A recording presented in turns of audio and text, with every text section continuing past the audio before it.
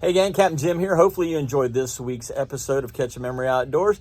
Got my good buddy and longtime charter captain, Captain Brent Hancock out of Port Canaveral. Hopefully you guys will enjoy some of the tales from the old days when we were back there just starting to chase tarpon back in the late 90s and early 2000s. And then, of course, all of the other species that we catch around here during this time of the year. So enjoy today's show. Good morning, everybody. Appreciate you tuning in right here to WWBC 1510 AM. Catch a Memory Outdoors, 7 o'clock to 9 o'clock. That's what we're going to be doing for the next 2 hours, and we appreciate you guys and gals tuning in on the radio station. Remember, you can also get us on the low-power FM frequencies if you're not listening to us on 1510. You can listen to us on 99.9, 94.7, and 100.7 FM. And then you can watch us and listen on Facebook Live. And, of course, catchamemory.outdoors.com. Click on that Listen Live tab, and you can listen to the Ustream feed that comes through off of your computer. So we appreciate you guys and gals tuning in this morning. Looks like we've already got a couple of people looking at the Facebook feed this morning. Bo Bergeron's already on. Paul Esposito's already on. A couple of other guys there. So we appreciate y'all tuning in. And we're going to have a great show this morning. I'm Captain Jim Ross, and if you guys and gals want to get involved with the show, we would love to hear from you. If you're sitting in the deer blind and deer haven't started walking yet, give us a call, 321-632-1000. We'd love to hear what your conditions are out there in the woods this morning. And if you're getting out on the water, we know what the conditions are, but it's going to be a little blustery, and we'd love to hear from you, see what you've been catching out there as well. Brent Hancock, Captain Brent Hancock, the one and only Hollywood of Port Canaveral, is in the studio with me this morning, buddy. I appreciate you coming in. It's been way too long since I had you in, actually. Been a bit, maybe a year or something. Yeah, like that, right? It's been a year since we've had you in. That's just that's too long, just way too long. We need more Brent in our lives. I don't know. That might be more than most people can handle, or want to handle. Anyway.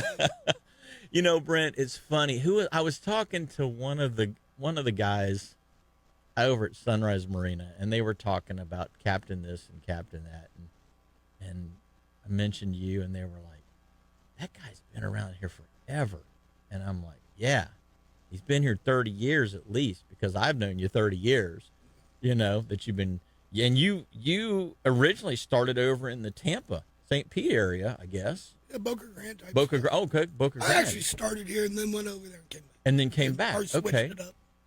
So you were one of the few guys that actually knew how to tarpon fish.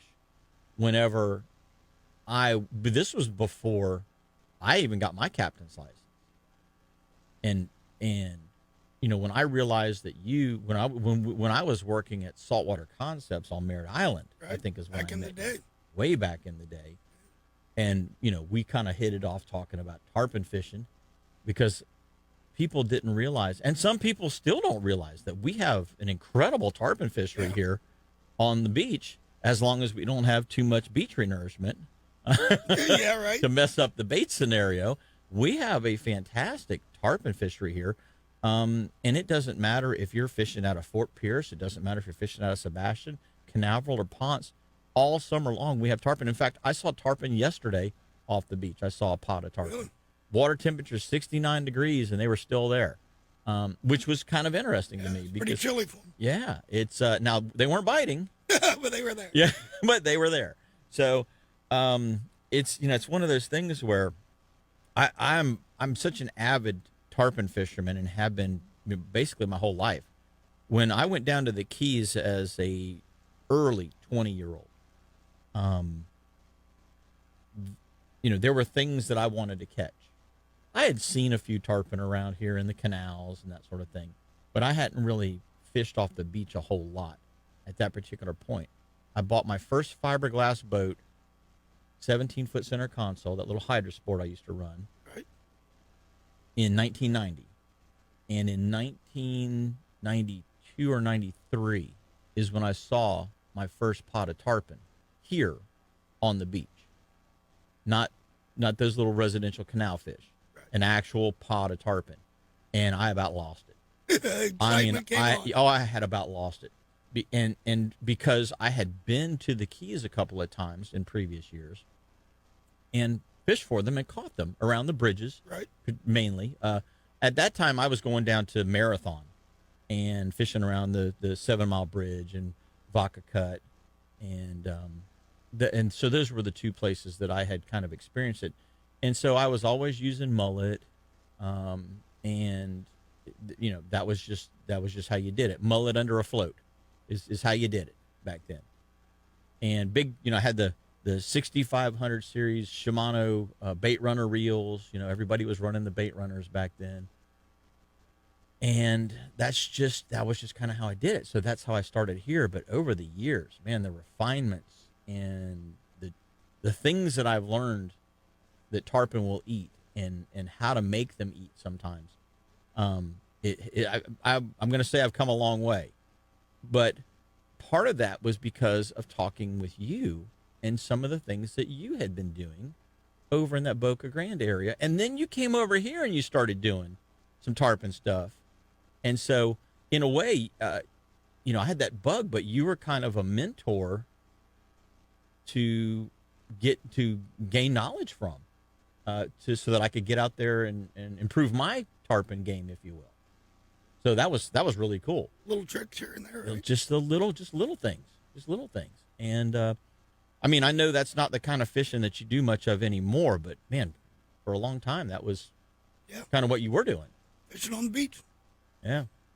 I'll still make a day on the beach if I can now. Don't let it get summertime.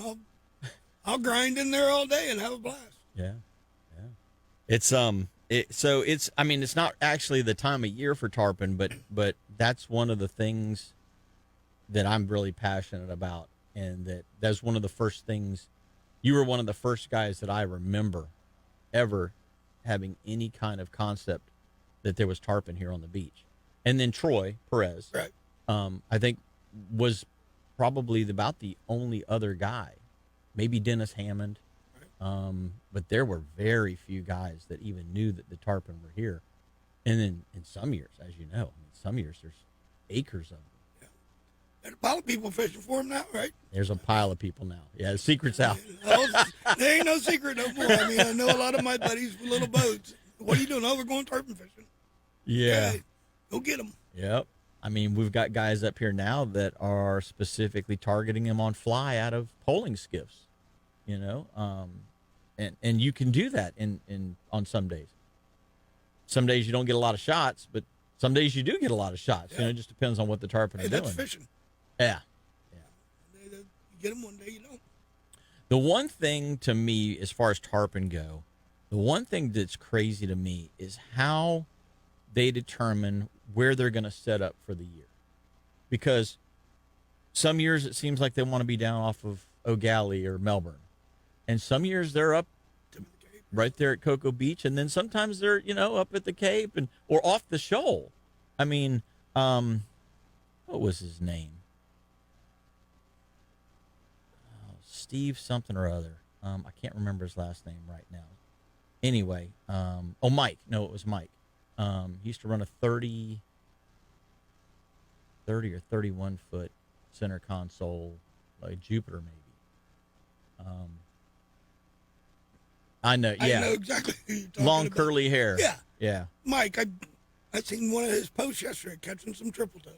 Oh, really? Okay. He's down at Fort Pierce. He's in Fort Pierce. Okay. Doing good. Hadn't seen him in a up long here time. while. But anyway, he was running a charter boat for a while, and he was finding them on the back side of the shoal, on the north side of the shoal.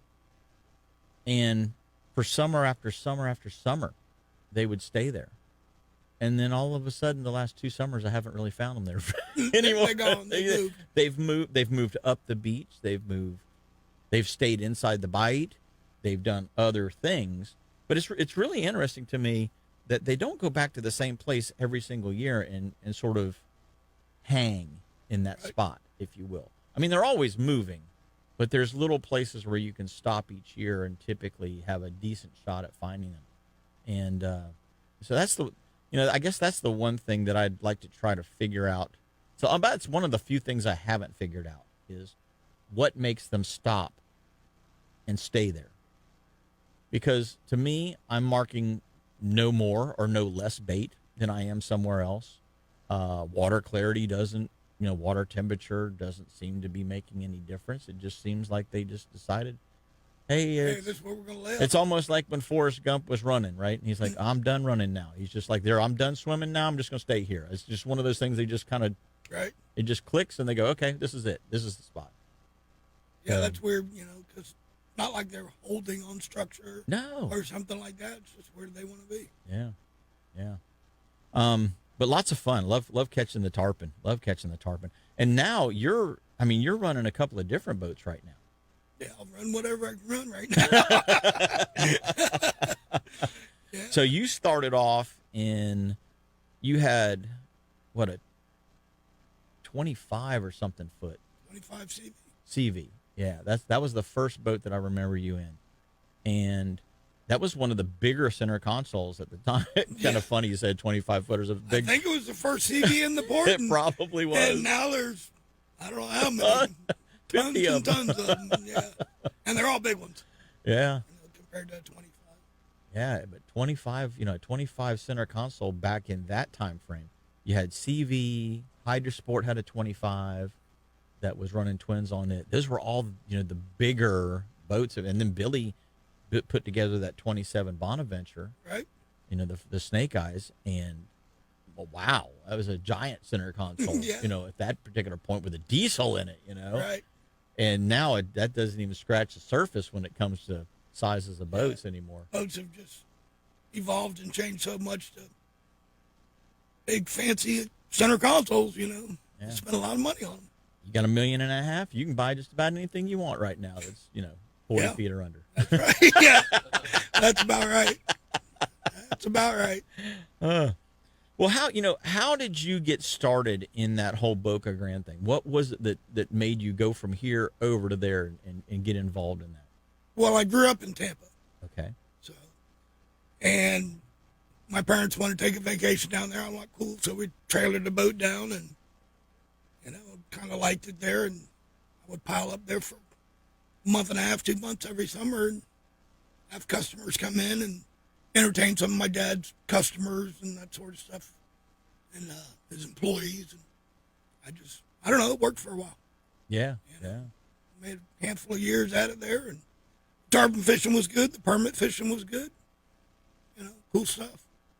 Yeah, that's the other thing is, the permit fishing over on that coast, especially in the last 4 years, has gotten incredibly good. Nobody hardly did it when I was there. There's like one other charter boat I'd see. But, I'd just take my tarpon people that got tired of catching tarpons. Let's do something different. Yeah. Take them crabs. Well, like when they come in. Blister them permits. Well, they come in for 3 or 4 days, and then, you can only fish tarpon so long before you're like, okay, I'm do something different. I'm either bored because they're not biting, or I'm wore out because they are biting. Right, one or the other. That's right. That's about right. So the permit was a great fallback. What's interesting is there's all this discussion about what's going on with the red snapper, but that is how I use red snapper in my skiff, in my bay skiff. If the tarpon aren't biting, okay, we've got pogies on board. We've got croakers. Something to pull on. Let's roll out to the first piece of hard bottom, the first little wreck, the first little whatever, and let's drop one down. And invariably, there's a red snapper on it. Now, there may only be one, but it's normally 15 or 20 pounds if there's only one or bigger. And if there's a bunch of them, then they're all, 8 to 10 pounds or 12 pounds. And either way, those are the perfect ones anyway. Yeah, either way, they eat a pogie. Yeah. And you're in less than 70 feet of water 95% of the time. Yeah. And you just, that's kind of an alternate. If I've got a guy, a group of guys or whatever, gals, that come in and they want to tarpon fish 2 or 3 days and they don't want to bite. Hey, let's roll out here and let's do something different for a little bit. Yeah. It's a 45-minute diversion. It may turn into, a whole day diversion, but it's going to be a 45-minute, 45-minute ride. We're going to drop down and immediately start getting some bites. And then later in the tide, we come back in and we check the tarpon again, kind of thing. Yeah. So, because as you know, afternoons, like if the tarpon are there, but they're not eating in the morning, especially if it's a slick, calm morning, or if you get a west wind and they're just not wanting to eat, as soon as that wind turns around and comes southeast in the summertime, that's kind of the trigger. And you get a little bit of a white cap chop on the water, and all of a sudden they go, okay, time to eat. Time to eat. Yeah. Like a light switch. It is. It really is. I can remember drifting along on a 15 southeast afternoon sea breeze at 2 in the afternoon. I'm a half a mile off the pier, and I'm looking back behind me. I'm marking them on my sounder, and I'm looking back behind me, and there's 8 or 9 of them just following the boat like they're cobias or something. Yeah. And we're underhand pitching pogies out the back, 2 or 3 of them, and they'll start chasing them. And then you put one with a hook in it, let it go back there, and it gets back out of sight, and all of a sudden, zzz, rod goes off. But it's really interesting that some days they're almost like the little baby sharp-nosed sharks where they come and get in your outflow from your bait well because they're smelling all that concentrated pogie slime or whatever coming out the outflow, and it's like a little mini chum slick, and they'll just kind of follow right on along. Yeah. I mean, they chum them in the Keys regularly. So Yeah. tarpon definitely come to chum. They'll respond to it. Yeah. Well, guys and gals, Brent Hancock is in the studio. If you guys and gals want to know anything about fishing around Port Canaveral, this is the guy. You need to make the phone call, 321-632-1000. We're going to be right back with a whole lot more Catch Your Memory after these messages, so don't go away. Just sitting here trying to text Bo Bergeron. He had a question, and I'm just letting him know that he needs to try the Star Bright product. Let's see, Bright Star. Let's try Star Bright. Star Bright. There we go. Mold and mildew cleaner because he's got black spots on his seats. So hopefully that will help him out and he can get out there and get those things looking good too. Hey, we're going to go to the phone line. Sounds like Captain Mike Mann's on the line this morning. Oh, Jeff Kranick's on. But we got to let you know this segment of the show is brought to you by Lamb Deck up in Titusville. So stop in at Lamb Deck and get yourself some EVA non-skid and keep your feet and ankles and knees from feeling like you've been pounded on with a hammer all day long after you've been off the water. 321-505-4888 is how you get a hold of Lamb Deck. Have them put some EVA non-skid down on your boat today, and you will be thankful at the end of each trip. Let's go to the phone lines. Captain Jeff's on the line. Good morning, Jeff. Good morning, guys. You back from the Keys? Are you in the marsh this morning, buddy? We are. It is a beautiful morning. We've got ducks down on the water. No mosquitoes. Couldn't ask for a better day. And hopefully the alligators are leaving the ducks alone. We didn't even see any on the way out. Perfect. It's nice and cool, and they're not chasing your down ducks. Hey, speaking of ducks, Jeff, yesterday I saw a bunch of scoters flying up and down the beach. Bigger packs than what I've seen them in. So I know you had mentioned trying to go out and try for those things sometime. But I was up north of the tip of the Cape yesterday and had, I would say, a half a dozen flocks come by. And probably an average of about a dozen to 15 birds per flock. You know, I know a couple of guys that really hammered them during the first phase out in the ICW. So, there's a lot around. They're, they got pushed out of Maryland with the cold and everything, and now they're down here eating Blair's clams. Well, that's one of the benefits of being able to put the clams out is that everything can utilize them. You know, I've been seeing the pompano in the lagoon system are getting a little better this year and last year than they have been in previous years. And that's the only thing that I can equate it to is that there's more food for them. Now that those clams that have been put out there have been spawning and creating more clams, there's more and more beds for the pompano to feed on. And especially down around his lease down in the Sebastian and South Melbourne Beach area, and especially in that area, I've seen a lot more pompano in that part of the river system. What, are you skipping them up while they're running? Yeah. Or while you're running? Yep. Yeah. Or sometimes you'll see them in schools as you're running along. The schools, they'll float. And so you'll see them up top almost, they don't sit still like permit do. They're moving more like a jack, but not like a crevalle would be screaming across the flat. You just see them up and kind of floating and swimming. And so when you see them, you run past them a good ways and then shut down in the direction that they were heading and try to head them off. And if you shut down right on them, they seem to scatter and you never catch them. So I just keep going another 200 yards, 300 yards, and then shut down, and then I can have them come back by the boat. They're a little more receptive at that point. Well, what kind of ducks are you seeing this morning, buddy? We've seen a little bit of everything. A lot of tree ducks out in the marsh. Didn't think they would move until they got pushed around. They don't like this cold weather. Ringers, pintail, mottled ducks. should have a few more birds down on the water, but our shooting skills have been lackluster this morning. Understood. I can identify It's the cold. It's the cold. We're going to blame the cold. Well, hopefully I'll do a better job the next time you and I get a chance to get together in the boat. My buddy Jesse Dance kind of took me under his wing and did a little tutelage for me, and I still need some more work, but I'm feeling better about what it is that I'm trying to do out there, rather than just stick the barrel in the air and squeeze the trigger. We've had this talk now several times over the last several years. You're overthinking it, my friend. You're overthinking it.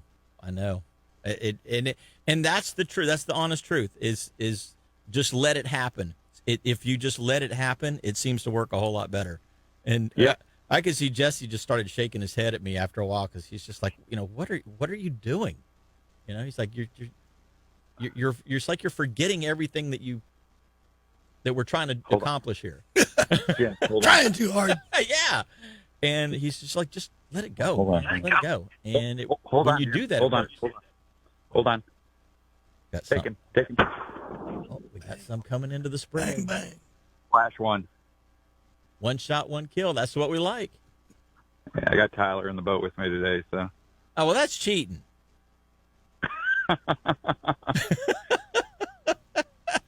Yeah, he knows which end of the gun to hold on to. That's cheating. We were trying to figure out what changed from this year to last year, because Blair didn't miss the second opener. And we only got a 5-day break this year, so he's over there at Lake Kissimmee with the Bobby Lane tournament. Yeah. We were hoping to go over there this afternoon, but I'm on antibiotics and steroids. Came down with a little flu. So I think we're going to pass on all those kids today. Yep, no sense spreading the joy. We're supposed to be in Lake Wales tonight for the J.J. Gray concert, and we're even going to skip that. Oh, that's man. Hopefully you get better soon, buddy. Busy weekend. Yeah. So I'm going to drug myself out here today. I go lay on the couch the rest of the afternoon. There you go. Hey, speaking of those pintails, Jeff, last year during the hunts, I only went one day last year, and we just went and shot black bellies. The year before that, we had teal and mottled ducks and bluebills and ringnecks. Yeah, right. But we didn't see any pintails. Are there more birds here this year? More pintails here this year? There is. There definitely is. Up in whoa.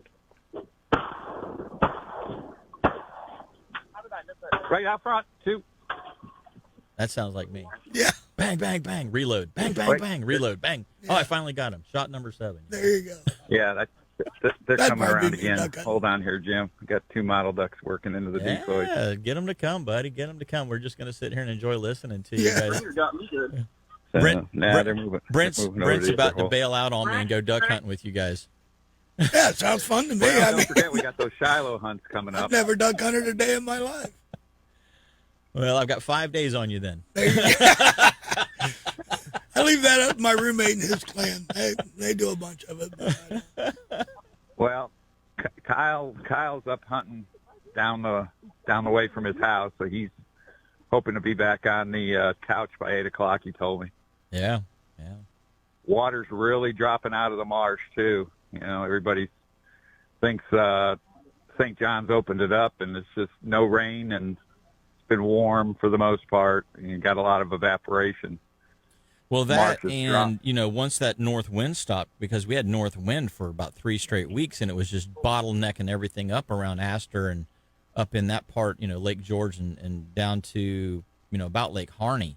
And then once that north wind quit and the flow could kind of continue, it's really allowed it to drop out in the past, like you say, in the past 7 days. Yeah, and the 10-day forecast is showing no rain at all. So, but now they're calling for another front the middle of next week. So we'll see what happens. Yeah. But we were kind of shocked this morning. We got to the boat ramp at 4 o'clock, and we were only the second one. The rest of the parking lot was empty. Wow. And then another buddy of ours came down about 45 minutes later, and he said he was only the fourth one in the parking lot. So, And where are you guys hunting this morning? Well, we normally see that happen when it gets cold out. You got a lot of fair weather hunters down here. Yeah. Are you guys in Broadmoor, or are you guys out on the St. John's? We're out on the St. John's. Okay. So we got birds working, Jim. We're going to go ahead and let you go. I will talk at you later. Sounds like a plan, buddy. Well, you guys enjoy the day, and thank you so much for the report from the marsh. Okay. Talk to you later. Take care, Jeff. That is a lot of fun, sitting in the boat with a couple of guys. Just right. Fishing's fun, but a lot of times fishing, especially in the flats, you have to be super quiet, because you don't want no noise, no sound. You don't want the redfish or the trout or whatever. You're in skinny water. Don't want to spook them. Yeah. And out on the marsh, Jeff's out there smoking a cigar, living life, eating donuts. We're just drinking coffees. We're laughing, giggling. Poking fun at one another. Hey, 3 shots for that bird, really? Come on, That's right. That's what it's all about. I hear a lot of that. Yeah. Really three shells before you could bring that one down. But it's. I have never been a duck hunter, and I am finding myself enthralled with duck hunting. It's really it's such a unique group experience, if you will. There's just a lot of camaraderie, a lot of fun, a lot of poking little jabs here and there, just razzing your buddies. It's just a good time overall, and you don't have to be quiet. You can enjoy yourself and not have to really concentrate on being quiet. So it's an interesting concept, and hopefully I'll get a chance to get back out there with those guys real soon. I've got a Shiloh hunt that I drew, and I've got a Broadmoor hunt that I drew. Sweet. So I've got at least 2 days that I can get out there, maybe more, but at least 2. So there you go. They're good eating. I know that. Yeah. I ain't never hunted them, but I've eaten a lot of them. Well, and Blair, a lot of times we'll go over to Blair's house, and he makes a duck stroganoff. Right. That's really good. Like you can grill them, you can wrap them in bacon with the jalapeno poppers and all that kind of stuff. But that stroganoff is pretty darn good too. So, and honestly, I haven't had like the tree ducks, the black belly tree ducks. I haven't had them just on the grill or on the smoker like you would like a dove breast. Right. I haven't had them like that, but I would like to try them that way, because I think in particular the black bellies, I think that they would be very good in like that. Right. In fact, I was talking with Adam Durr at Sunrise Marina yesterday, and he was saying that he plucks them and then he eats the legs on them as well, because unlike most ducks, the black belly whistlers are actually, I guess, a type of a goose as opposed to really more of a duck, and they have leg meat on them that you can actually salvageable. I didn't know that. So you don't just have to breast them out. So that's kind of neat too. But anyway, we're going to take our next break. When we come back, we got a whole lot more with Brent Hancock and myself, Jim Ross, and Catch a Memory Outdoors. So welcome back. We appreciate you tuning in every Saturday right here to Catch a Memory Outdoors. This segment of the show is brought to you by Sun State Pest Management. And if you guys are having bug issues, give Sun State a call. Obviously, it's cool outside and it's warm inside, and the bugs want to come in and get comfortable right along with you. So if you're having unwanted pests in your house, give Sun State Pest Management a call, and they can safely rid your home of all of those unneeded additional guests. Give them a call, 800-781-7378. It's real easy to start enjoying a pest-free home. That's 1-800-781-7378.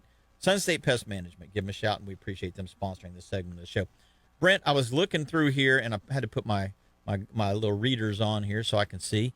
We got quite a few people on this morning. We got Mike Delator, Greg Lund, Brian Howe calling in from Petersburg, PA. Shay Hobby up in Titusville this morning. Sean Scribner Sr. says he loves those tarpon. 2 weeks ago, they were thick, oceanside, but most had lockjaw. That's exactly what they did to me yesterday, Sean. So don't feel like the Lone Ranger out there, because I was right there along with you.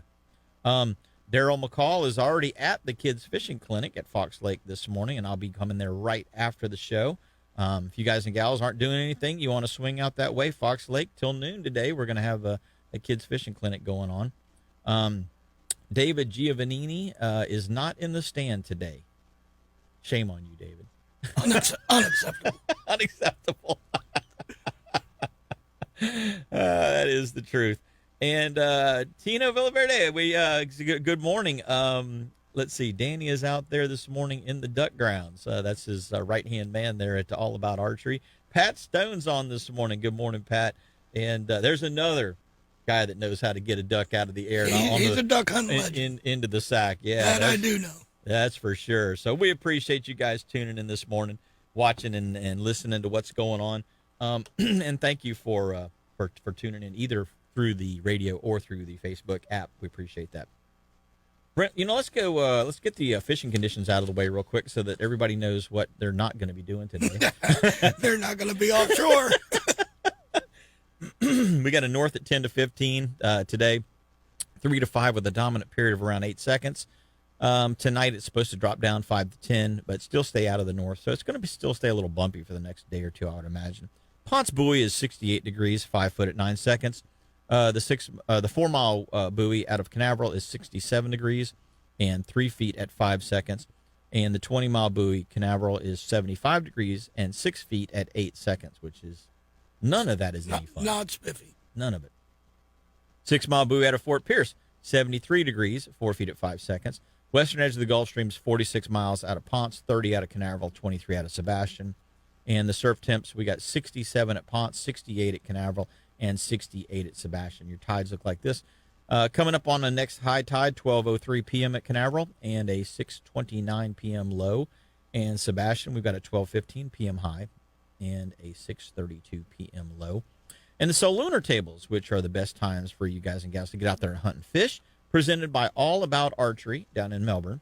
The major is 4:57 p.m. to 6:57 p.m. So, man, right there at dusk, yep. It's going to be the prime time. Time to be in the woods or on the water.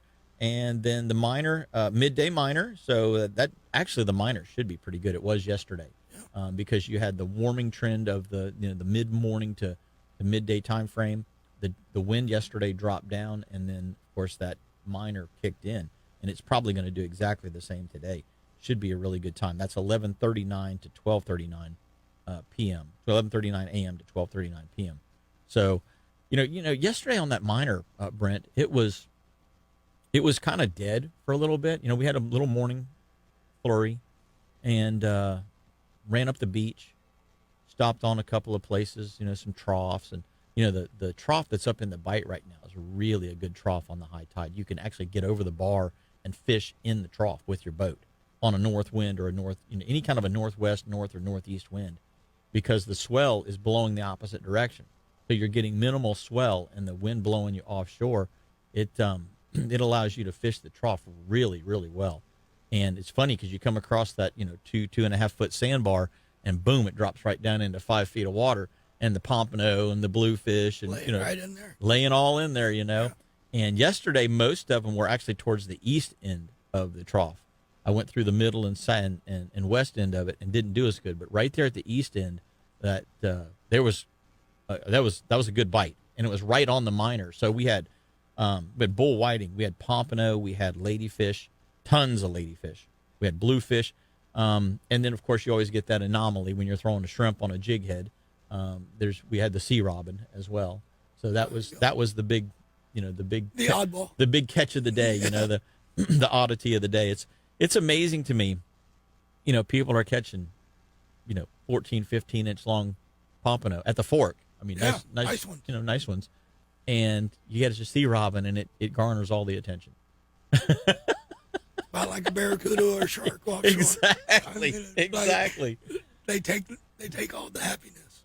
Yeah, it's the oddball that people really gravitate to. So it's kind of, and I don't know what happened to the triple tail, but yesterday it was just not happening at all. So been pretty good though, right? The water temperature when it was 73, 72, 73, even up around 75, it was good and nice sized fish. Some of them pushing 18, 19. I saw one 20 pounder that came in.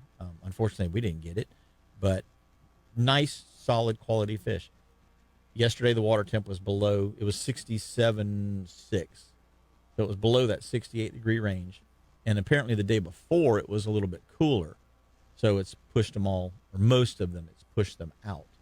And, once that water temperature starts to warm back up, then they'll start to show back up in better numbers. But it's kind of surprising that there was the lack of fish compared to what we had the previous week or prior to the front. Pretty good catches, pictures and whatnot. Yeah. There's Talked been to some people good that ones. said it's been good. Yeah. Fine eating animal there, boy. That, triple tail, snook, and pompano all at the same time are open, and until the 15th anyway, because you can't keep flounder and you can't keep redfish and you can't keep speckled trout.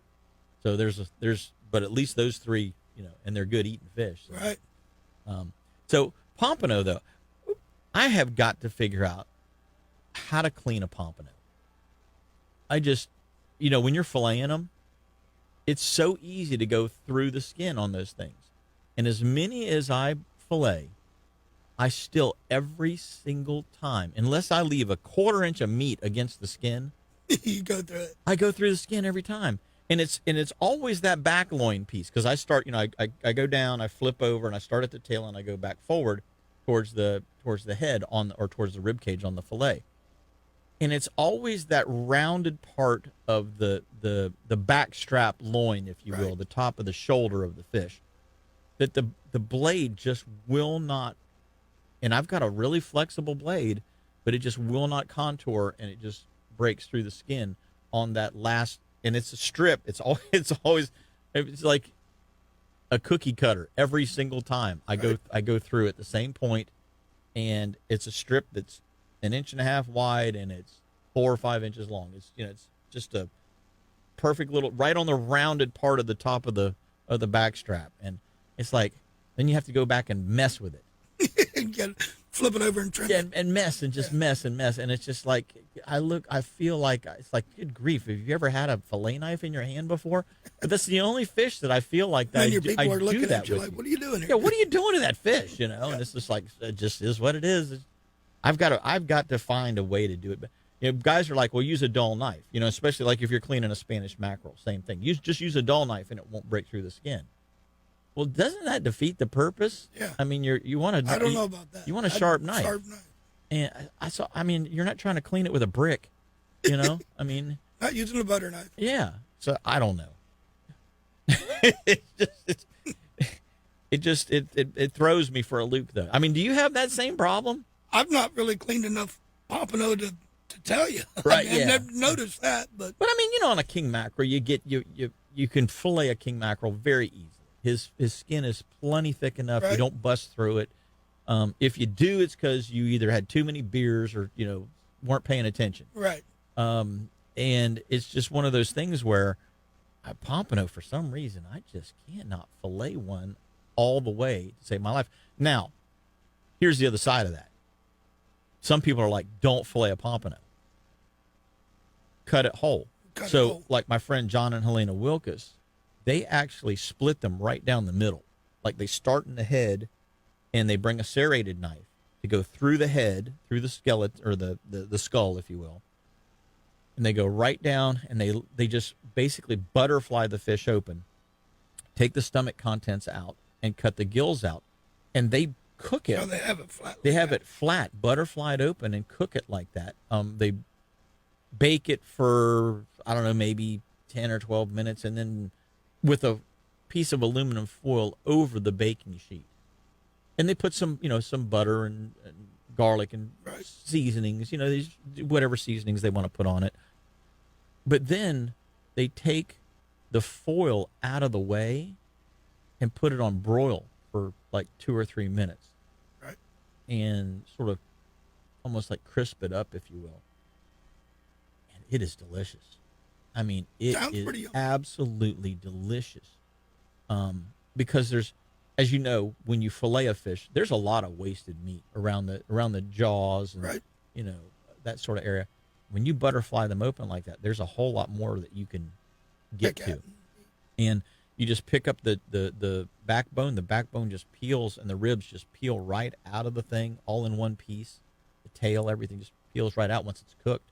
and it leaves you with nothing but the meat, the fillet, if you will, against the skin, and you just eat down to the skin with your fork, and it's absolutely delicious.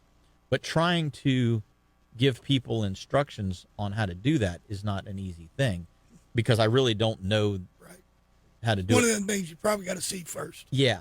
And most people are here on vacation, and most people will just take it to grills and have them cook it up. Right. Or if they do, they've got a charcoal grill at, or some kind of a grill at the resort or whatever that they're staying at. Right. Or some people don't have the ability to cook it at all. And so, they don't have an oven per se to do that kind of work with. So it makes it a little difficult, but it's an absolutely delicious way to do it if you ever eat them that way. Sounds pretty tasty to me. Yeah, it's awesome. Well, gang, we're going to take our next break. When we come back, we got a whole lot more Catching Memories, so don't go away. We're going to be back with Brent Hancock and myself after these messages. Appreciate you tuning in every Saturday right here to Catching Memory Outdoors. This segment of the show is brought to you by Engel Coolers. And if you missed the Engel Cooler Black Friday through Cyber Monday sale, well, I don't know what to tell you. But I'm sure they're going to have at least one more sale before Christmas holidays. So check them out. Go to engelcoolers.com, and they may have some leftovers or some clearance items in there as well that you can pick up. But a lot of really, really good stuff from Engel that they put on sale this past week and a half. And hopefully you guys and gals were able to take advantage of it. If you haven't seen it, you need to check out the new UL60. It's an ultralight roto-molded cooler that is a little less heavy than their bear-proof, heavy-duty commercial-type coolers, and has some innovative features that they've kind of done with that particular that particular cooler. It's a great cooler for tailgating. It's a great cooler for taking to the beach. You guys need to check it out. It's the new UL60. You can see it right there at engelcoolers.com. Kyle Weaver's out in the marsh this morning, too. He just texted in and said, good morning from the marsh. Good morning, Kyle. Hopefully Kyle's putting a couple of them on the water as well. The nice thing about not being 68 or 70 degrees is that when you're in the 40s or 50s, because it was 46 when I was driving in this morning. When you're in the 40s or 50s, the alligators are a much smaller problem than what they are when the weather, and the bugs aren't as bad. That's the big thing. That's and I that can deal without the bugs. I can too. Brent, we were kind of talking about tarpon fishing at the beginning of the show. But this time of the year, there's not a lot of tarpon fishing going on. I mean, it's mainly king mackerel, amberjack. I mean, those are kind of the two days for charter boats. Yeah, that's what you guys are going to chase. So, looking at an average day out on the reef, I mean, what if a guy wants to go on a trip, what can he experience right now? I mean, the reef fish this time of year is awesome. I mean, lots of king mackerels, and then you hope for a bonus mahi or a bonus cobia or sailfish, something like that. Just entertainment type stuff. I was looking at this, when we were talking about the fishing and boating conditions. So the Ponce buoy, 68 degrees. That buoy's 13 miles offshore. The 4-mile buoy at Canaveral, 67 degrees. But the 20-mile buoy, 75 degrees. Yeah. If you triangulated those three buoys, you're looking at basically 8A, Chris Benson, and everything in that basically 60 to 90 foot region out of Ponce, the party grounds and the East 11 and all of that really good bottom up there. And I'm thinking to myself, man, it's time. It's time there to be some brown fish showing up. That's right. Hopefully with this new rule, we're going to get better cobia fishing. That's what I miss. Our springtime fishery, we just haven't had it. It's been years really since we've had a good run. It used to be so good. Yeah. Number of boats, a lot of fish killed, I guess. I don't know where they went, because the guys in Carolinas, Virginia, they still have phenomenal sight fishing, and we just don't have what we had. A lot of that I equate to bait. And I mean, think about 30 years ago. You could walk on the pogey pods. Every pogey pod had them on it. And Swimming around them. and cobia were circling, every pod just about. And now it's hard to even find a pogey. And so I know that, they want National Marine Fisheries and Florida Wildlife Conservation Commission, they all want to try and protect the fishery. And so they put regulations in place to try to enhance the fishery and yet still allow recreational and commercial harvest. I honestly feel like we're not focusing enough on the bait fish supply. I feel like 30 years ago, there were pods every 200 yards. There was another pod. You'd run down the beach. There was another pod, another pod, another pod. And you could run until you were out of gas and there was another pod, We don't have that. And we don't have that. We don't have the food source. And I feel like if you look at a pasture that has grass in it, the cows can eat the grass. If there's no grass in the pasture, then there's nothing to support the cows. And so it doesn't matter if you say, well, you're only allowed to kill 2 cows this year and there's 100 cows in the field. The other 98 cows still don't have enough to eat. They don't have enough to eat. That's right. So I personally feel like we got to get a better handle on the pogey industry in particular, the menhaden fishing industry in particular.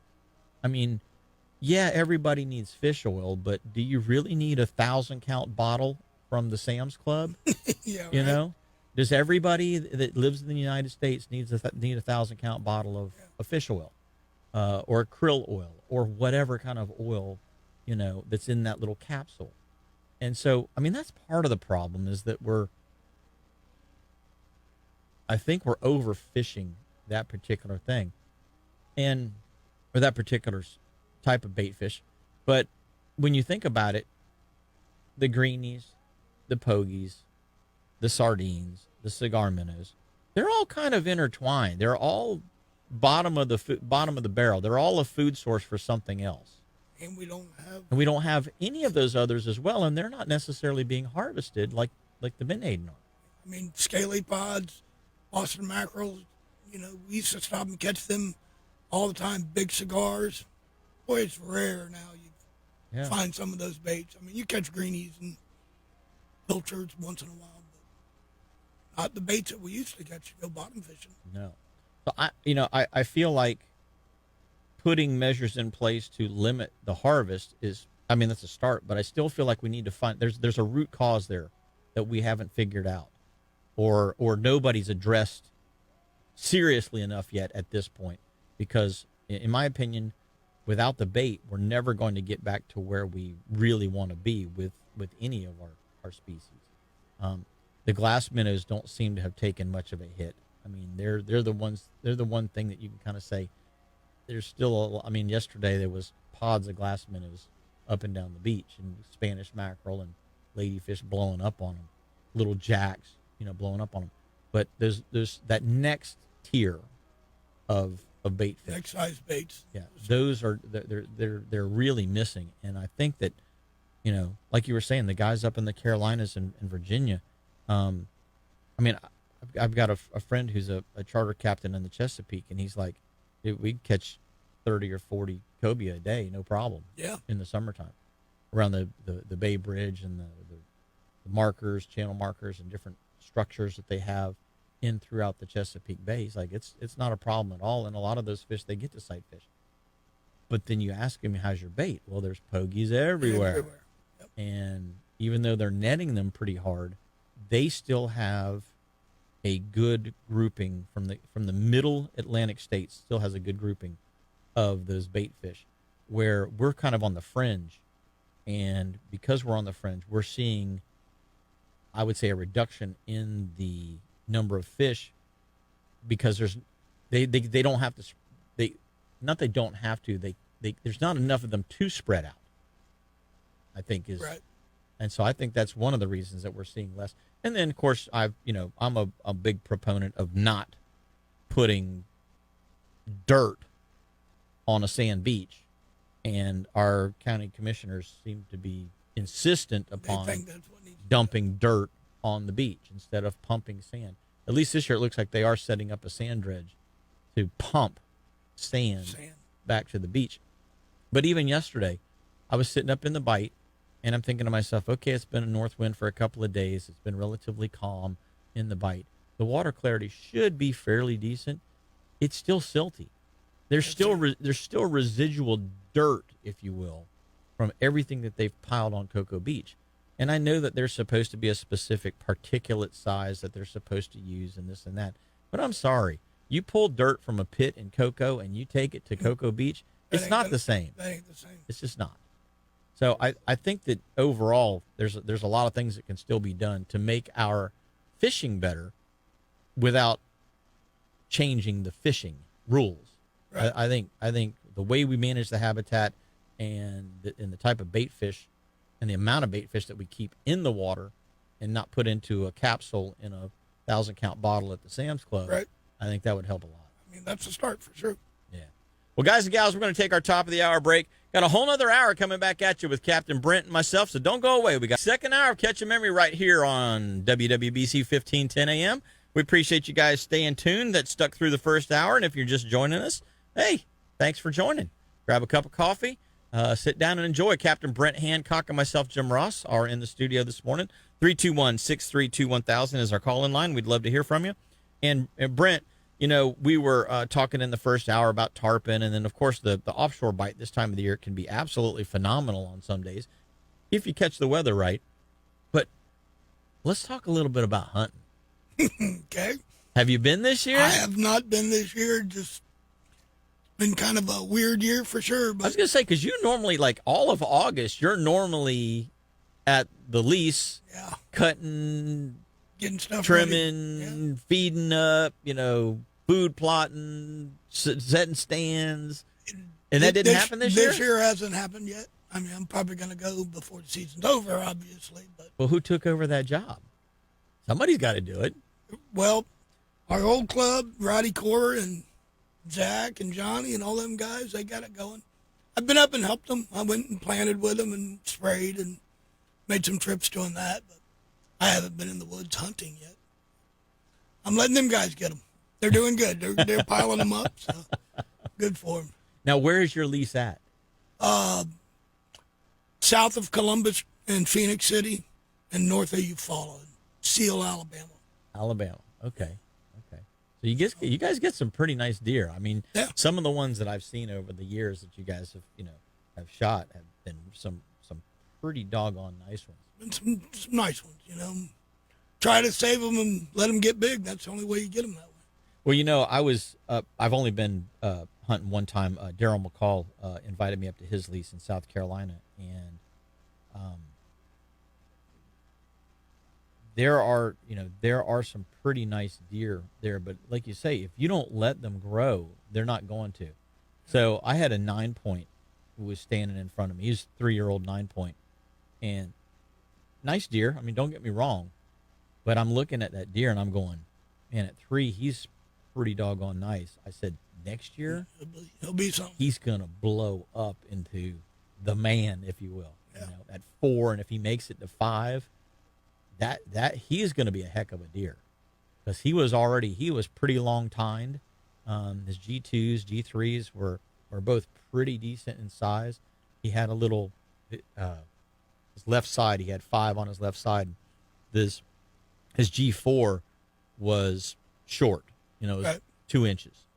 But his G3 and his G2 were probably 8 and 10 inches. Yeah. And on his right-hand side, his right-hand side, he had less points, but the tines were maybe an inch longer. So he wasn't perfectly symmetrical, if you will. But, you know, if next year he grows into that 10 or puts a little more mass potentially on him. a 12. And it's kind of funny because you look at him and his neck was starting to swell at that time. And his front end, you know, you could see he was starting to muscle up on his front end, but his back end hadn't quite caught up yet. And you remember the old Looney Tunes cartoons where the bulldog had a big front end Right. and a little teeny rear end. That's kind of the way this dude looked. He needed some more on the back end, and but you could tell that he had been eating well, and of course they've got plenty. They've got soybeans and they've got corn and they've got all that around there, and so I was texting with Daryl. I said, hey, there's an 8-point in front of me, and the light was low, so I couldn't really see him all that good. Right. And then he was sitting there for 10 minutes. So if I have an animal in front of me, I like to just put the crosshairs on him and just go, well, if I was going to shoot him, I'd shoot him right there. Yeah. And I think, there's a lot of times you don't get that scenario in a hunting situation where a deer will stand in front of you. A lot of times you better make a decision quick. Yeah. And so on the times that they do, and I've decided I'm not going to take the animal, whether it's a doe or a buck or whatever, and it's like, okay, I'm not going to shoot this animal. I'll still play with him, though. I'll still use him as a live target, if you will. And I feel like it does two things. Because what happens, the first thing when the deer steps out, your heart rate goes up. Yeah. You go, oh, there's a deer. And you go from, 55 or 60 beats per minute to 120, boom, like that, adrenaline hits. But in using that live animal as my target, I feel like I reduce the stress of the shot. So when I do decide to actually harvest an animal, it's a very comfortable, smooth, hitch-free kind of a scenario.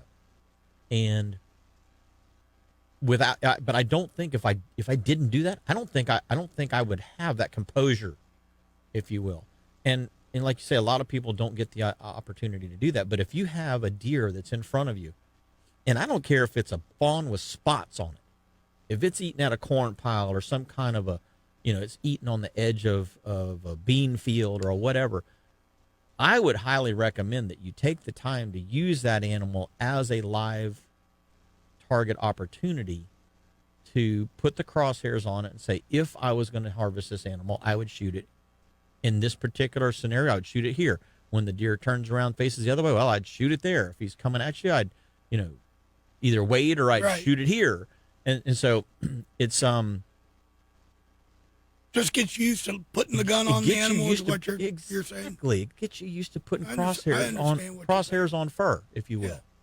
Yeah. And man, it just, to me, it just makes a lot of sense to be able to do that. But like you say, some scenarios you don't get a chance to do that. Yeah. So, well, when you go up this year, do you have a specific deer that you're looking for, or you're just a mature deer? For me, it's probably going to be shoot a doe for some meat in the freezer, and if bullwinkle walks by, that's something else. That's a bonus. Yeah. Yeah. It's if I'm going to shoot something to eat, I'd rather shoot a doe anyway. Way more shooting. By far. There's so much tastier, especially as you get into this part of the season when they start to rut a little bit. Now it's like, okay, that doe is going to taste a lot better. But you want to find the doe that's not in season. You want to find the doe that's not being chased, because she's going to be all adrenalined up, from running, and then they don't taste all that good, compared to a doe who's just been walking around grazing. If one's been run, she doesn't taste as good either, if you shoot her on the run after she's been chased for hours and hours and hours and hours. Rather shoot them lazy ones.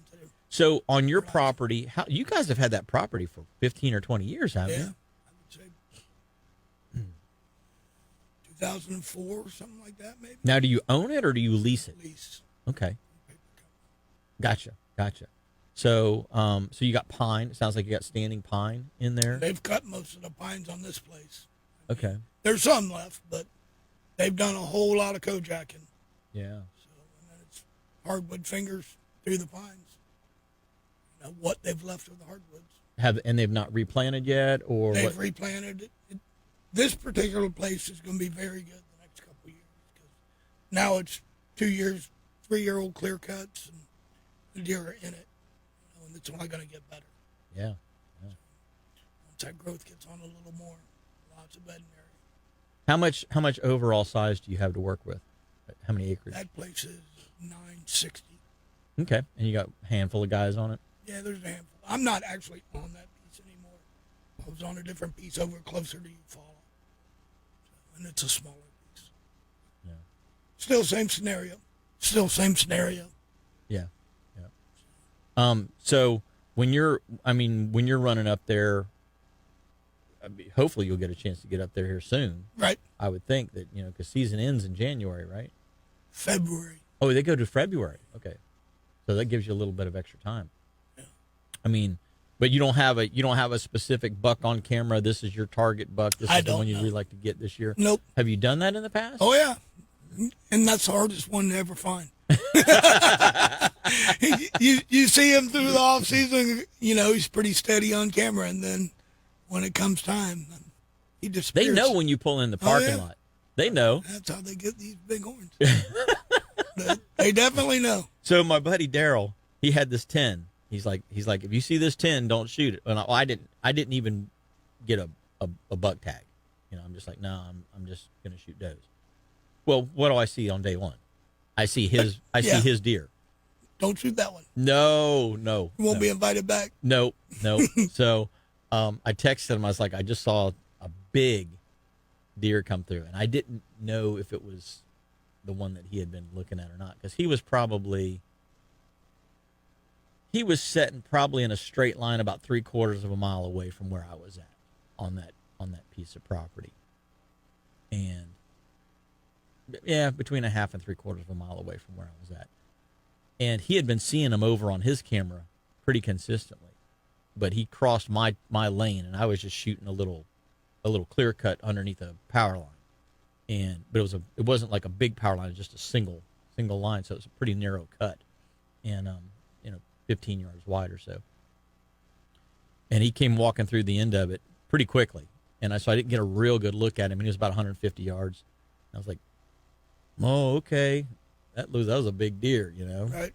And then I had seen a spike, and a couple of does were with that big buck, but he was following her, so I never got a shot at the does. They were just moving too quick. And then the 9 just stood in front of me.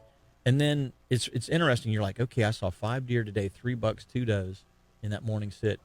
I want to go back and check it this afternoon. Maybe they're going to come going back because they were coming from the food source to the bedding area. So you expect them to come back the other way. Well, deer don't always do that. No. They didn't read the script. No. And once that rut starts, it's no telling where they're going to be. So I don't know where he went, but he went somewhere, and I never saw him. And then so 2 days later, I saw him again doing exactly the same thing, going from right to left instead of left to right. You expect him to come back. He never came back. He was just making circles. Yeah, so it's kind of interesting. Well, we're going to take a break, and then we're going to come back. Sounds like we got Mike Mann on the line. We're going to see what's going on in Mosquito Lagoon. Captain Brent Hancock and myself, Jim Ross, are in the studio this morning. We're going to be right back with more Catch Your Memory after these messages. Segment of the show is brought to you by Petrucci Insurance. Nobody likes paying for insurance, especially me. And I know you probably feel the same as I do, but you have to have it, unfortunately. So call Petrucci. They're real easy to get a hold of. 321-632-1200. That's 632-1200. Call them and do a rate quote. Tell them you heard about it right here on Catch Your Memory Outdoors. And they will search around, find out who's got the best particular protection for your needs. You don't want to be overinsured. You don't want to be underinsured. You want to be just right. You want to have like the Goldilocks and the 3 Bears. You want the porridge just right. Just right. Don't want to be undercovered. You don't want to be overcovered, and you definitely don't want to overpay. And that's what Petrucci does for you. So give them a call, 321-632-1200, and let them do a rate quote for you and see if they can find you a bigger, better deal. We're going to go to the phone lines. Captain Mike Mann's on the line this morning. Good morning, buddy. Hey, good morning, guys. How are you today? Doing fantastic, brother. How are you this morning? Doing well, man. We're starting a little bit later this morning just because it was cold. I've got my brother in town and my niece, and we're taking them out. She has not caught a fish yet, so we are taking her onto the beautiful Mosquito Lagoon to get her first fish. Well, that sounds like a good game plan. I did the same thing yesterday. I didn't start until 8 o'clock, and I probably could have waited until 9 because the fish didn't decide to eat until about 8:45 yesterday. They were cold, too. Yeah. What's been going on up there? I bet you that water temperature is probably pushing 60 or 61 now, isn't it? Probably 50s. I had 56 on Tuesday. Oh, wow. And Yeah. it probably warmed up a little bit. It's probably dropped back down. But, man, the water dropped out and got really skinny on Tuesday. But once I kind of figured out how I'd been throwing white, they shut off on white. They quit that. White just was not doing it. Yeah, so I went to more of like they call it bad shad. So it's basically speckled black on top with a white belly. Switched over to that, man, they started chasing it down. I think I ended up with 11 reds. I was just out scouting for the day and ended up with 11 reds, 5 of them over 30 inches, all of them sight cast, all but one. One, I just was casting at one fish and another fish decided to eat. So it's pretty cool. And with that water dropping off, they were definitely on the edges of the flats. You know, Mike, the last couple of times I fished up in the Oak Hill and Edgewater area, the water was still high, and the fish were pushed up on the leeward edges of the islands. Now that the water's fallen out of those places, I know that every single place that I was fishing 3 weeks ago, I'm not even going to be able to get there now. So when you're saying they're falling out to the edges, for the average guy that hasn't fished around the northern part of the Mosquito Lagoon, are you telling him he needs to stay next to the channel edges? Are you telling him he needs to stay just next to the edges of the drop off on the flat? There's a lot of edges in that area to work with. So if you were going to specifically send somebody to look for a specific type of an edge, what would you tell them to look for? I did really well on the edge of the channels where, it kind of sloped off into deeper water. Once that sun started hitting that shoreline, they moved up and they were really foraging. And I'll tell you, every redfish I caught, just a fat belly. I was surprised they were eating with as fat as their bellies were. I mean, they're eating good. Are the shrimp running up there yet? I haven't seen a ton of shrimp, and I didn't throw shrimp. Because I was out scouting, I just did artificial. We've got some shrimp today, and I would say there's probably going to be some shrimp running in the ICW, especially with this moon phase we're on. There's really a good tide pushing through. That typically gets those shrimp running, especially when that water temperature starts dropping.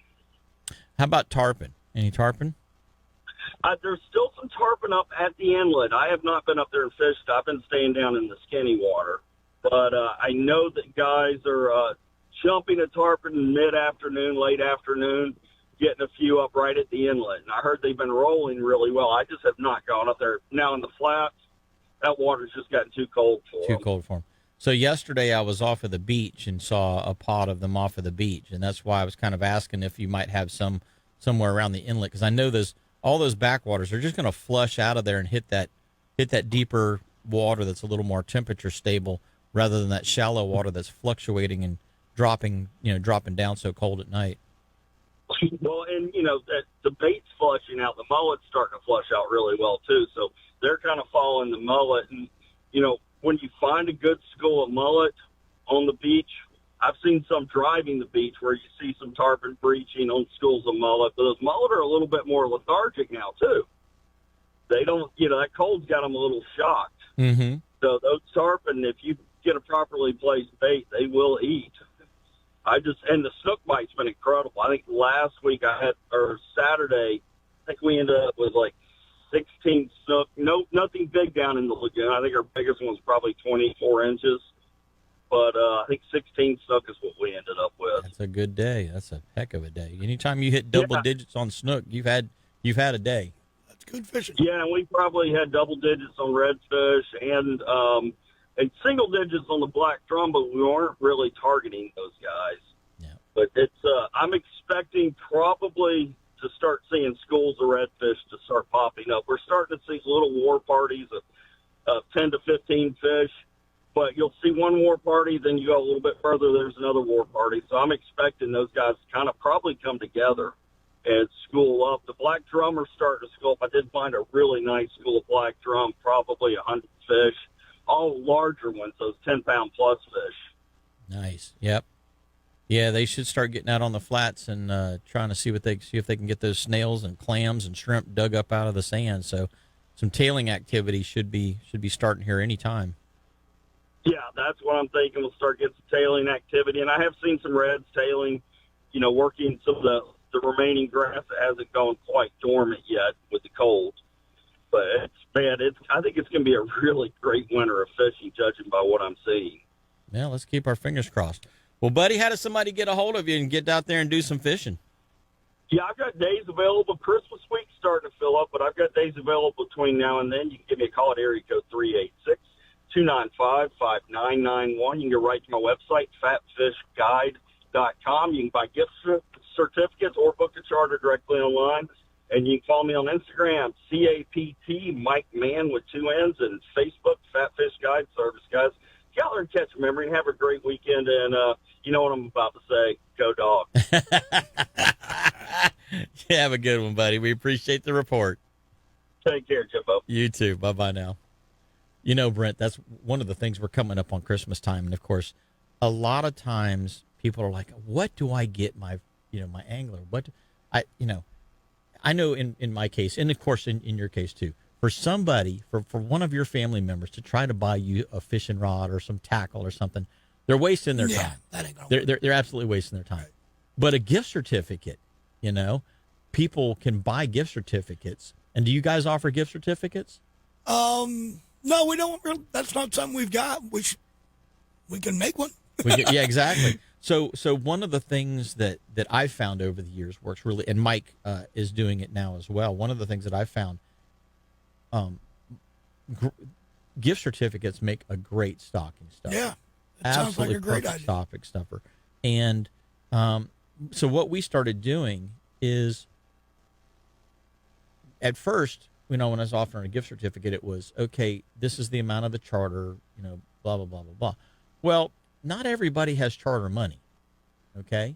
But if you were going to spend $200 on a particular person, you give them a $200 credit gift certificate towards a trip, and then they can make up the balance. So, and they're not having to pay for it in full, and it's a way that you get a gift certificate that that person is going to enjoy. Right. And so that's what we did on my site, is that you can pick the dollar amount that you want to make the gift certificate for. Then you can print it out, put it in an envelope, put it in the stocking, or whatever maybe you buy a little lure, or a little tackle box, and you put the gift certificate in the tackle box, and that's the presentation case, if you will. Right. But one way or another, it's a great way for people to get out there and be able to. That's a great idea. Do something without buying the wrong thing, if you will. Oh, I totally agree. So that's one of the things that we really enjoy doing. I'm a big time gift card buyer. But yeah, I don't know what you want, so here, go buy what you want. And how can you go wrong with an Outback gift card? Yeah. Or a Longhorn gift card, or you know what I mean? Visa card or something. Or yeah. Bass Pro Shops card or something. Yeah. So it's difficult to go wrong with something like that, because people always want to go and use that sort of thing. So. Absolutely. Well, we were talking about hunting, and I am so shocked that you have not been in the woods this year, because I am too. There's been years where, I would call you up and go, hey man, I've got a charter to send to you. I'm in the woods, and call the next week. Hey man, I've got a charter to send to you. I'm still in the woods. Yeah. You're in the woods, not just going up and coming back. You're there. Yeah. It's been funky this last year here, so I haven't made it this year yet. When you do go, are you typically going to stay for a week or two? Or it'll probably be a 4 or 5 day trip. Anyway. Yeah. It's hard to go for the weekend there. It's 7 hours one way. And once you get there, you don't want to come home. No, heck no. That's the worst thing, is coming home. Then the drive home, just misery the whole way. Yeah. I want to stay. I want to stay another 2 days. Yeah. Or the days that you plan to go, it's like, okay, the moon phase is right, and, the weather looks good, but for some reason the deer didn't move, and then the day after you leave, everybody's like, oh, there were deer everywhere. You should have been here. That's typical. Should have been here yesterday. You're a day too late. Animals will absolutely just make you scratch your head. Oh, that's why we keep doing it. Yeah. It's the challenge. If it was easy, it would get boring. I think that's why duck hunting is so intriguing to me, because it's like, I am low and behind. I got enough bad habits. That's, I guess, why I haven't been duck hunting. It'd be another thing that I Well, take up. here's the problem with taking up a new discipline is that, how many boats can one man have, right? Right. Okay, so I've got a flats boat. I've got 2 bay boats, one for me and one for Justin. Do I really need a duck boat? Sure. Oh, sure. Do I You want an airboat yeah, for fun? do I need 100 decoys? Sure. Do I need all the Sitka gear and all the duck dog and it just you have to. It's like you got to draw the line somewhere. It's like, okay, I got to just stop because you can let the obsession run away with your wallet. That's for sure. Oh yeah. You need more toys. More toys. He who dies with the most toys wins. That is the truth. Well, gang, we're going to take our bottom of the hour break. Captain Brent Hancock and myself are going to be right back, so don't go away. This segment of the show is brought to you by Starbright, and if you guys and gals are putting your boat away for the year, then you need to make sure that you are taking care of your boat and winterizing it. And one of the things that's really important to do is to put something in the fuel to keep that from going bad. Especially with today's ethanol fuels, they can go bad fairly quickly. And how we have yo-yo cycles of warm and cold through the winter, and that does nothing but create condensation, which can get in your tank. The ethanol and the gas will then absorb it. So what you want to do is get yourself some Starbright, either the Startron and double dose it, or they can specifically get the winterizing type of products from Starbright, the storage type products. And what that will do is it will keep your fuel from absorbing the water and actually keep it fresh and keep it from going bad. The enzymes that are in there also help the fuel to burn cleaner. So check out the Startron products. There's an entire line of products from a complete winterization where you're not going to use the thing for the next 4 or 5 months, or if you're only going to run it once or twice over the winter, you may go with the orange bottle. Or if you like me and you're running right on through the winter, then just keep on using the blue bottle because it will keep your engine tuned and your fuel in top shape. So it's one of the things that I credit my ability to stay on the water is not having fuel issues because of the Startron product. So check them out at your local retailer. You can find them at almost any auto parts store.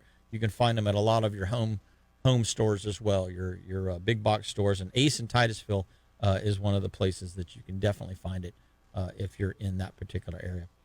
Brent, we were talking about just getting out in the woods, and the last 2 bow seasons, I have not been in the woods for bow season, and something's got to give. I gotta change that because gun hunting is fun.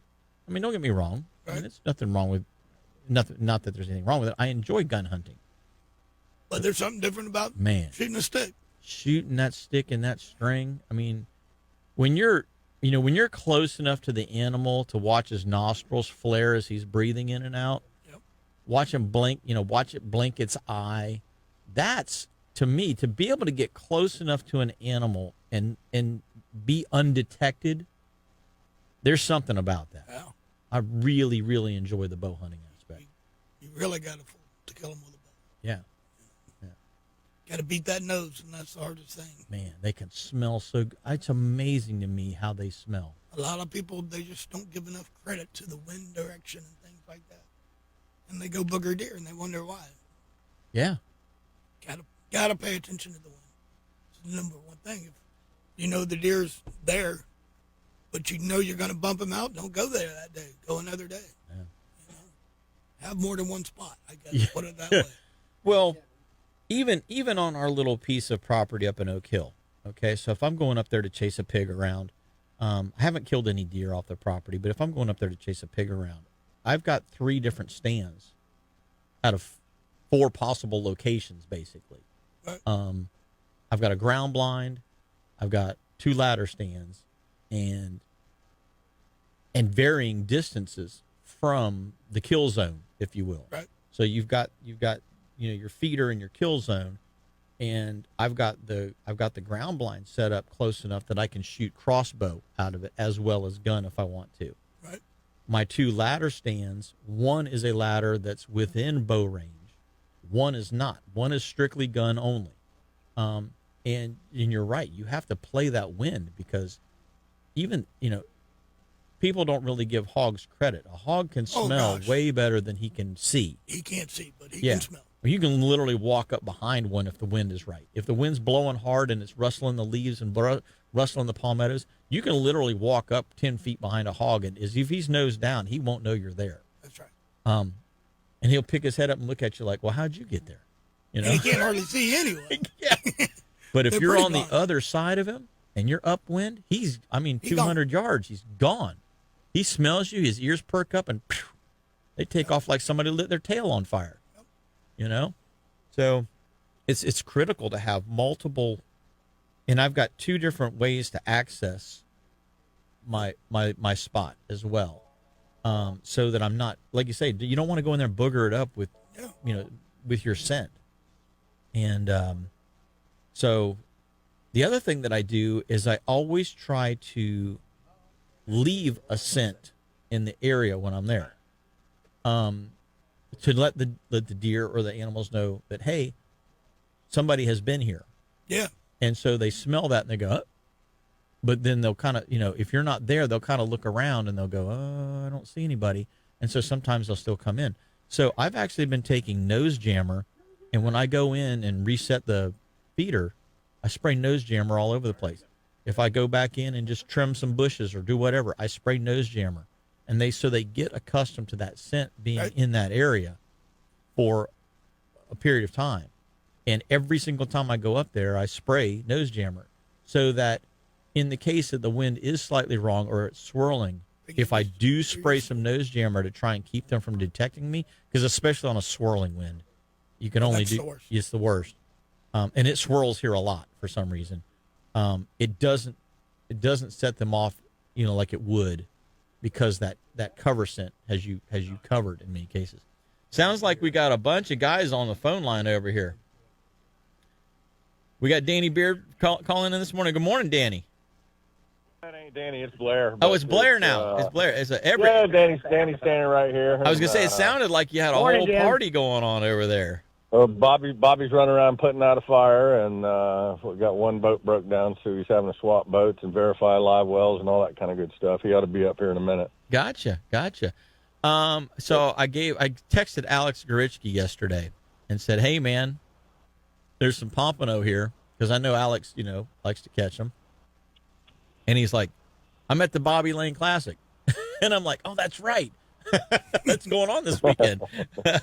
So you guys have been over there for a couple of days catching specks for the fish fry and getting everything set up and ready? Spec bite was going off pretty good, and actually Rayburn caught the biggest one here so far. It was a good 3-pounder, I think, man. That thing was giant. That's a chunk. It was a one mealer, I can tell you that. You couldn't eat more than one of those, I think. Yeah. But the 2024, man, it's looking good. There was 200 boats. Right at 200. Right at 200 boats this year. Right at 400 kids. That is an incredible event. That thing has steadily grown every single year. It is amazing what Bobby and all of the corporate partners have been able to put together for those, those kids that are those high school age kids. Oh yeah, it's so cool. It's like a stepping stone for these kids to get a good taste of what, the professional side of bass fishing is like, and the competition that's out there, and also the camaraderie that goes along with it, and the fights. You can't have a tournament without some arguments out there, I'm sure, but it gives them a taste of what they can do. And I know a lot of the kids have, even Bobby Jr., he's stepping up into the professional realm of it here pretty soon, isn't he? And we got Bobby right here. Yeah, hey, good morning, Jim. Hey, I've actually just got a picture from a kid on the water with about what do you guys think that is? 5? Probably close to a 5-pounder to start the morning, so we are excited. That's a heck of a way to start the day, man. I tell you what, that's a nice one. That's talk about momentum. That's a momentum builder right there. Well, I tell you, I think it was 43 degrees this morning, and the wind was blowing. I know Blair's shaking a little, so am I. This Florida blood runs thin, so these guys are from Georgia, so they can handle it. But man, what awesome morning it was, guys. A great group of kids, and launch and takeoff, everything just went as wonderful as it always could. Bobby, last year you guys had that big bonfire the night before, and it was just such a cool event. Were you guys able to replicate that again this year? We're going to, yep. We have a great big giant bass down here at Camp Mac that stands, what, Blair, maybe 20, 30? The flames go up 30 feet, yep. But I think the flames go up 30, 40 feet. The fish is probably 20 foot tall, and we stack that with hurricane debris in boxes, and they will light that tonight. And it's the kind of the stamp of approval at the end of the Bobby Lane Cup, and it is amazing. You're right.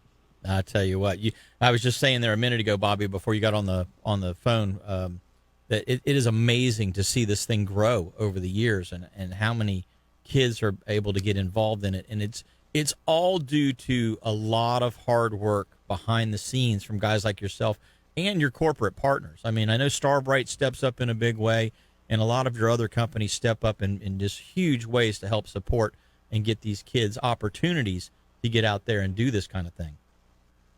Well, that's what it's all about, man. It's about family, volunteers, and sponsors. We're losing kids out in the outdoors today and on the water, and we feel like the Bobby Lane Cup is actually doing our part by getting these kids on the water, getting them in the outdoors, and then who knows, maybe into the business side of this marine industry. And we couldn't do it without everybody I just mentioned, and it's just a stamp of approval on our end every year when they show up. And these kids this morning came by the groves. We hit a record number of over 400 kids this morning are out on the water, so it's our biggest event ever. That is absolutely incredible. That is so fantastic. And like you said, and our real quick, our scholarships, the most we've ever had was 18 scholars. We've had to drop the GPA, and we begged and begged and begged over the years just to give this money away. And this year we had over 58 juniors and seniors apply for our scholarship program. And from what I understand, we're giving out 55 kids this afternoon a scholarship. So either we hit a baby boom or we hit a monumental mark in the Bobby Lane Cup, and the word is out that all our efforts are being shown across the high school and junior divisions. That is fantastic, buddy. That is absolutely $70,000 we will be giving away this afternoon to these scholarships. So huge accomplishment, and thanks to it's awesome. It really is. Well, like you say, it all takes work behind the scenes, and everybody that stepped up behind the scenes is making this thing happen, and that's what it's all about for these kids. Give them an opportunity, like you say, to potentially live their dream. You still there? Yeah, man. If that's exactly what it is. Live their dream. Some of these kids, it'll be their first and only event they ever do in the year, and that we love having every one of them also. And some of these compete on a higher level, like my son, and they travel all over. We have a amazing weigh-in. It's going to start at 1:00 today. We will bring the juniors in. We will bring the high school in at 2:00. We will be giving a Phoenix boat away today through the Trophy Catch program. We will be bringing all the scholars up on the stage.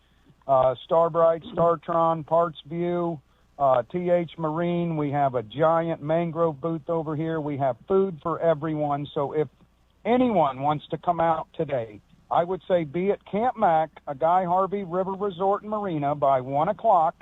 Food will be served then, a pork sandwich, and we have dinner for all, and we will light that fish. And anyone that's listening, come down Highway 60, make that turn on Boy Scout Road, and come to this wonderful event that we've all grown to love.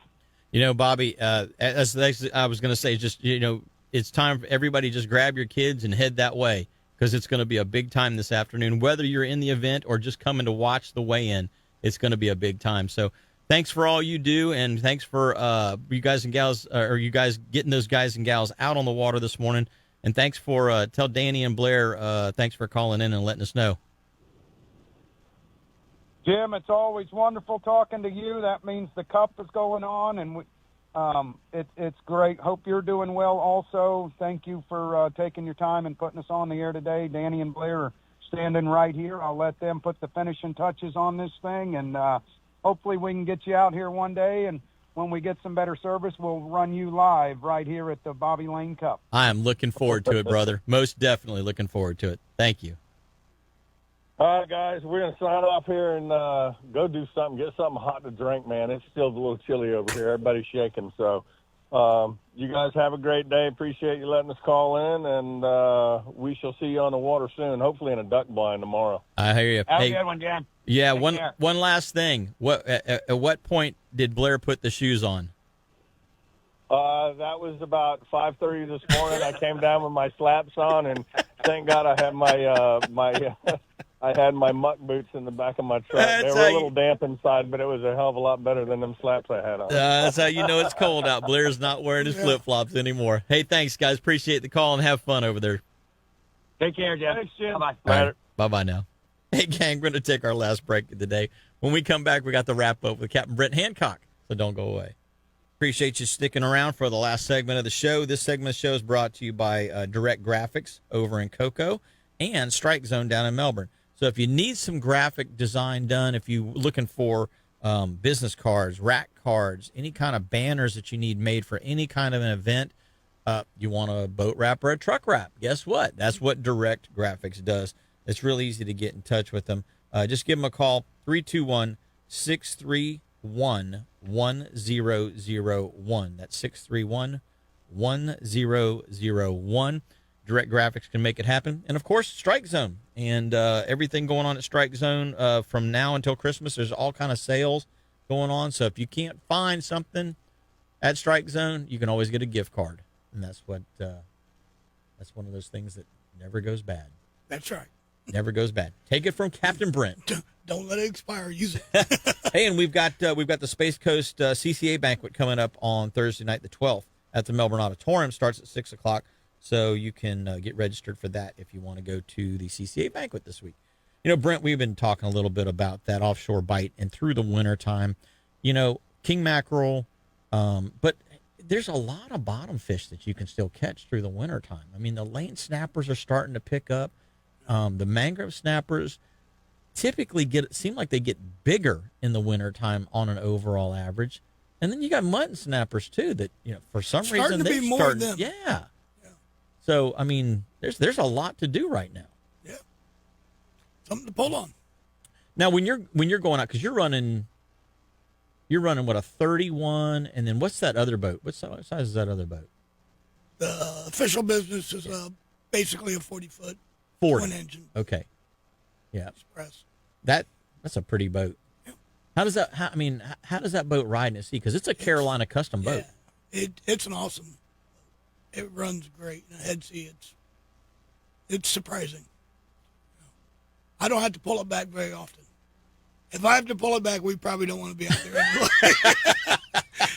Usually I let it eat. And it's pretty fast. It's just a pretty boat, just a gorgeous boat with that Carolina flare and those tumble home sides on it. Yeah. I mean, she's a beast. And for 40 foot, it fishes even a little bigger, and it's such a roomy boat. It's a great boat. Yeah, you've got a party up to 6 people on that boat. People, yeah. Absolutely no problem whatsoever. No, I mean, I used to on my 32-foot boat. You know, my steward. 6 guys would show up with 6 coolers, and I'd be like, oh, man, I'm cooler attacked. I ain't got no room. Cooler attacked, yeah. You know, I'm not going to be able to move. In this boat, I don't care what they show up with. I mean, there's plenty of room to put the stuff. You hear them backing up at the dock. Yeah. Beep, beep, beep. Yeah. No problem, guys. I got this. It's like, why does each guy have a 50-quart cooler with 2 drinks in it? You know, let's combine it all into one cooler, guys. Yeah. Let's make sense here. Do whatever they want. That boat's their day. Just a gorgeous. Now, how about sail fishing? Have you been doing any sail fishing at all lately? I mean, there's been a few caught. Yeah. I have not personally caught one here lately, but there've been a few around. In wintertime, you know how it is. We'll get some. Yeah, it's one of those things where if you have bait balls in particular. Oh God, yeah. Then what an incredible fishery that can be. That's so neat. Are we past that time now, or are we still? I would say we're probably a little past it. Okay, So, I mean, if a guy's later coming up, you know. If a guy's wanting to go offshore and do something other than king mackerel on the troll right now, what would you recommend for him to do? There's been some mahis and some wahoos caught, you know. I seen one of the commercial boats had a real nice wahoo on the inshore reef the other day, one of them big ones. But really? Yeah, there's been some just basically on the troll, some smaller wahoos and some dolphins. Some action. Actually, a little better than I thought it would be. Yeah. You know, the dolphin bite this year, for whatever reason, it seems like it was better all year long compared to last year. And last year was just a disappointment. Tough. Yeah. And small fish, everything last year was 18 inches. You know, if you got one at all, it was tough. So this year having some decent sized fish show up has been pretty nice. Yeah. So like if a guy's looking to go, he wants to book between now and say end of January, what kind of trips are you guys offering? I mean, half days and 3/4 days and full days. That 3/4 day is, in my opinion, the way to go. That's the one you want to go on. Especially in the summertime. But this time of year too, I mean, like I said, the boat's faster. We still get more fishing time than, you know, some of the guys on their full day because I'm not traveling as long. But, you're either going to get them or you ain't going to get them. You know how fishing goes them days. Right. I mean, I don't know how late your trips run, but 2 o'clock, it's time to come to the house. I don't run a whole lot of full days this time of the year. Yeah. It's because the bite normally starts later, so you can't get out. I mean, there's some days you can get out early, but like yesterday, we didn't start till 8, and the 6-hour trip runs you till 2. There you go. And then the bite typically in the wintertime by 3 o'clock, it's pretty much done most of the time, with the exception of that right at dusk or just after dark bite that you get. But that's not me. That's not me. I'm not doing that. That's not me either. Yeah. Back in the old days, I used to fish a bunch different crazy hours, but I'm old now. It is what it is. Yeah, be out there during the warmest time of the day, and hopefully the fish are eating. So, well, buddy, I appreciate you coming in, man. I appreciate you having me. It's been a lot of fun. Just that whole old school tarpon thing is, we've been chasing tarpon up and down that beach a lot of years. They're awesome fish. And hopefully we'll be doing it a whole lot. And we never more. have to clean them. Yeah. That's the beauty of it. That's one of them good fish that it's like, great to see you. See you later. Have a great day. Pop the hook out of his mouth and away he goes. That's right. Those are the best kinds. What is, just before we go, what is the biggest tarpon that you think you've ever caught on the East Coast? I'm going to sound like a fool by saying this, but I caught one, actually a female friend of mine caught one, that I'm going to say was well over 150. I mean, he might have been a 170, something. Big fish. I physically could not get his head to the rail. I mean, he was a big fish. But most of them, you know how we are, 60, 80 pounders, 100 pounders. Yeah, those 150s are few and far between. I've caught a lot on the West Coast, where they get up there and they're them big, broad-bellied fish. Yeah. Here, that's going to be the biggest tarpon I've ever caught. That's still a chunk. Fatty. That's a chunk. He was a chunky. It was a very long fight on the. Well, check out Brent at Official Business, or they can just call me direct. That's the best way. And how do they get you? 321-652-0026. And what's the name of your Port Canaveral Sport Fishing? Port Canaveral Sport Fishing Charter. Yep. So, or just look it up under Official Business. Yep. So that'll get you there. Guys and gals, till next week, do exactly what Brent and I are going to do. Get out there and catch yourselves a memory, and we appreciate you tuning in for another show.